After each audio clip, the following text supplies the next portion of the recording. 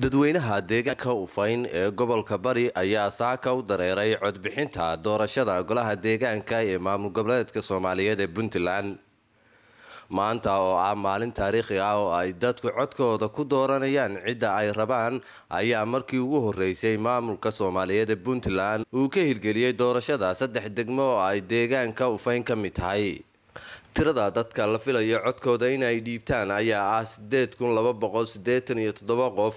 dadkii halkaas codkooda ka dhiibtay ayaa waxaa ka mid ah gudoomiyaha gobolka Bari oo warbaahintan la hadlay mustaqbalkiina iyo masiirkiina baad u codeynaysaan sida daraadeed anigu haddaan codeeyay idinkuna waxaan rajaynayaa insha Allah inaad dul qaadataan oo u adkaysataan inaad la soo baxdaan maantay dad masiirkiina hogaamin kara waa fursad runtii aad qaali u ah waa fursad dawladdaani ay runtii ka dhabaysay in nidaamkani 3 sano kadib uu ka hirgalo Puntland aad baan maaragtay runtii ugu faraxsanahay dadkana waxa leenahay la dul qaato waxaan u maleynayaa dadka baahiyaha gaarka leh in meel gaar ah loogu talagalay insha Allah waxaan rajaynayaa in la dul qaato waxaan aad ugu mahadcelinayaa madaxweynaha dawladda Puntland oo runtii fursadan dadka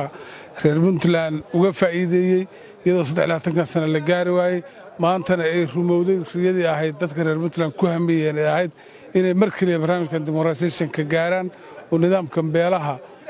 laga gudbo waa rajaynayaa insha Allah maanta 3 degmo 52 degmo ee Puntland waa rajaynayaa 49 kale ee degmo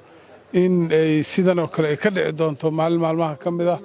waxaan rajaynayaa dadku inay fursad u heli doonaan inay madaxdooda soo doortaan aniguna saaka waa codeeyay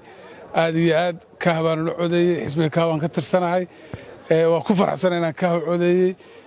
codkaygana aan dhiibtay codkayguna oo muhiim ahaa aan ka imi caasimadda ganacsiga Boosaaso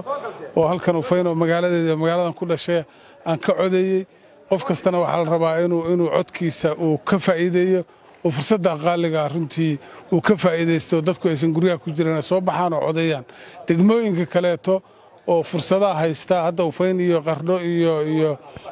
ayl ayay ka dhacday idaan fursad helin fursaddu waa dhaaftay waxaan rajaynayaa 40 iyo 50 degmo degmooyin ku dhow oo kale inay dadku fursadooda ka faa'iideystaan xilliga la gaaro soo baxaan kaararka qaataan codeeyaan